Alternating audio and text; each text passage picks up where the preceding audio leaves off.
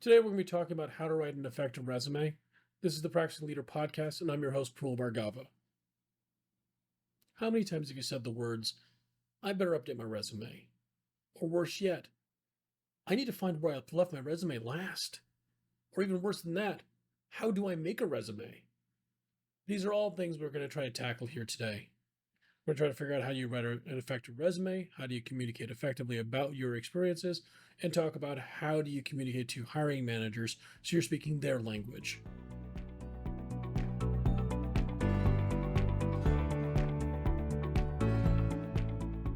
There's always a point in our career journey where there may be a place where we need to go find ourselves a new role. We're actually looking for a new challenge. We're looking for a new job, or we're looking for a change in our career that we're trying to find what that next step is for us. In order to be able to do that, though, you need to have a good resume. Many years ago, I worked at a small startup, and there was a group meeting, and it became clear based on the manager's tone and tenor that we were just about to be laid off. Didn't get very much notice, didn't get very much of anything. It was just, hey, we'll be giving you your next paycheck, and that'll be it.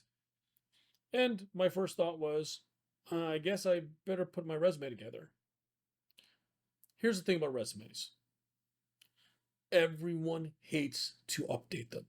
That's uniformly the case. It's just difficult. No one likes to do it. No one likes to do this. But the thing that we're actually doing here is making an investment in our careers for the long term. Even though it may not be fun, it may not be glamorous, but here's some quick things we can look at in order to be able to try to make this easier. We want to put together a very consistent process. We want to make sure that we write things out appropriately, make them clear and concise, and at the same time, make sure that the value is understood across the board. We're going to dive into these three topics. Now, when we start looking at it from a process perspective, how do we make this so that way it's repeatable, make it easier for ourselves?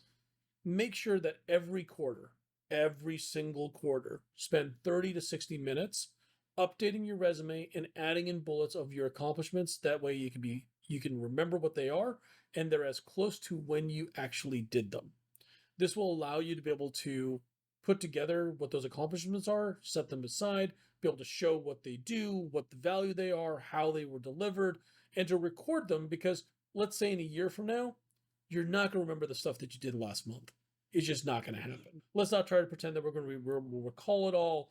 Let's make sure we just write it down as close to when it actually occurred. When you're recording your accomplishments and you're writing these bullet points down for yourself and spending the time, put them down in context of this is the action I took, this is a description of what I did, as well as this is the value statement that's attached to it. This will allow you to be able to show here's the actual activity that I did and what kind of value it brought to the company. Because the thing that you're trying to show a prospective employer is I created this value for the company, and this is why you should think I am the best person for the job. Is because I can articulate this thing in business context to allow you to understand this is the type of value I can bring to you.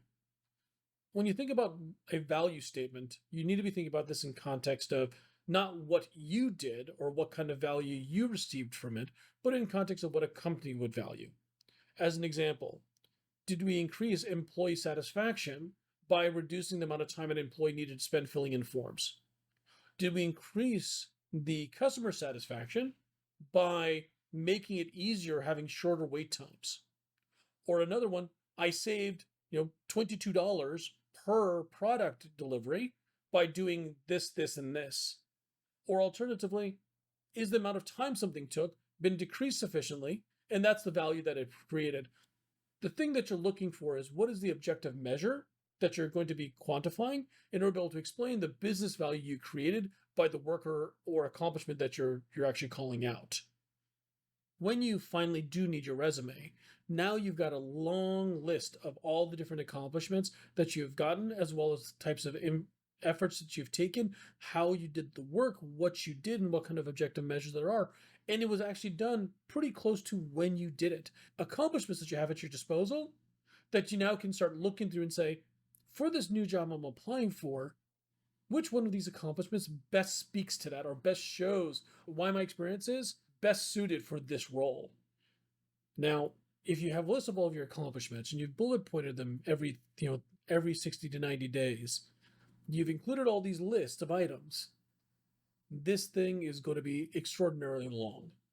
And not all accomplishments mean the same thing to all employers. So this is where you need to look at what the job description is, see what they're looking for, and then tune your language in your resume to match what they're looking for. If a person's looking for somebody with strong technical skills and you focus in on maybe some of your sales experience versus your technical experience, you might be missing the mark. Granted, that's a more extreme example, but it gets the point across.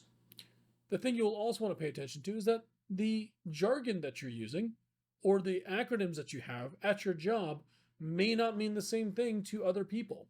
And now you need to make sure that however you're describing it in as general terms as possible. So, for example, if I said, hey, I'm using technology X, Y, and Z, and I'm talking about some custom tools that are built within my organization or within my team, those things may not have the same value as, hey, I use this industry standard tool that everyone knows and everyone understands how to configure. I've shown how I can use it to be able to deliver results. When you're writing your bullets, make sure they're written in the active voice and make sure you maintain consistency of the tenses. Nothing is more distracting than coming up with different tenses and different of the word that is different from each sentence as you're reading through it. This is where being consistent will at least allow that person to maintain focus on what is it that you did versus how did you write. Proofread your resume. Make sure it's free of errors, make sure it's free of typos, make sure you run it through whatever tools you have available at your disposal to make sure that everything is spelling and reading correctly. One of the tricks I use is when I'm actually writing prose is to make sure that I read it out loud, to make sure when I read it, it actually continues to make sense. For me personally, sometimes what I have happen is I will begin typing, I will begin communicating a concept in writing, and I'll find that I've either missed a word or I've simply skipped over a word while typing. By reading it out loud, you at least give yourself an opportunity to catch those types of minor errors that could have a large impact on how people could perceive the level of professionality that you're actually bringing to the table. This next one is important. Whatever you do, stay within one page. No hiring manager wants to go look at a resume that's several pages long. This points to a lack of an ability to concisely be able to explain what your achievements are and actually will work against you. While you may have accomplished a great deal in your career, it doesn't mean that every single line item should be listed in your resume. Choose the ones that are most impactful to your resume and most impactful to the job that you're applying for. These things go hand in hand. Make sure that if the job you're applying for is one that's focused on delivering on software engineering, make sure that you've got software engineering type elements as part of your resume that you've already shown as accomplishments. I'm not suggesting you make up things. What I'm suggesting is tuning which accomplishments you're choosing to focus on for the purpose of this discussion with this hiring manager, making sure that you're actually calling out those accomplishments that will mean a lot to that individual. Make sure your LinkedIn profile is up to date. You've taken all this time to be able to reflect and be able to tell how are you doing, what kind of accomplishments have you achieved, what is it that you've done, how have you delivered them, and making sure that you've listed all those accomplishments. Now, people are going to be looking at your LinkedIn profile. Make sure that you also update that as well, depending on your industry. The thing you probably also want to be focusing in on is what kind of skills do you have? How do you deliver those skills? As well as what are some of the soft skills? Things like collaboration, the ability to work well in a team, the ability to convey a narrative or a story well. Those are things that you also want to be able to call out and be able to describe to a prospective hiring manager in your resume. Stay away from using buzzwords and cliches. It pulls away from the content that you're actually trying to give to the hiring manager and to the recruiter. You don't want folks to focus on the fact that you're using a bunch of buzzwords as a way to be able to say, hey, what exactly are they doing? What you really want to do is actually focus in on what skills you have and not just the results that you've delivered, but also how you deliver those results. If you leave a bunch of people disliking you after you're all said and done with the work that you're doing, are you really delivering the results you need to be delivering because you want to be able to be effective across the board and for the long run? If you find yourself in a situation where you're delivering results, but you're ending up creating a bunch of friction as a result, you actually are working against yourself in the long term. If you follow these simple guidelines in order to be able to help write your resume and keep it up to date, you'll find that you'll be able to be a more effective communicator, both with the hiring manager as well as the recruiter. Use your resume as a way to be able to tell a narrative of what your career was and what your career could be if you were able to work within their organization. Make sure that you're writing your value statements in ways that are going to be compelling, and making sure that you're talking about the objective values that you've actually created for an organization in order to be able to talk about why you are the right fit for that job that you're applying for. I'll go ahead and link to some background on resume statistics that we can take a look about what the impact is of whether or not you have a short or long resume, whether or not you're using cliches or using buzzwords, whether or not you do or don't use a LinkedIn profile, and also how metrics play a part in being more effective. I'll put a link in the description for those folks looking on YouTube, and you can check it out also in the blog article that's also related to this podcast. Whether you're listening to this as a podcast or you're watching this on YouTube, look forward to hearing from you and be able to answer any questions you might have.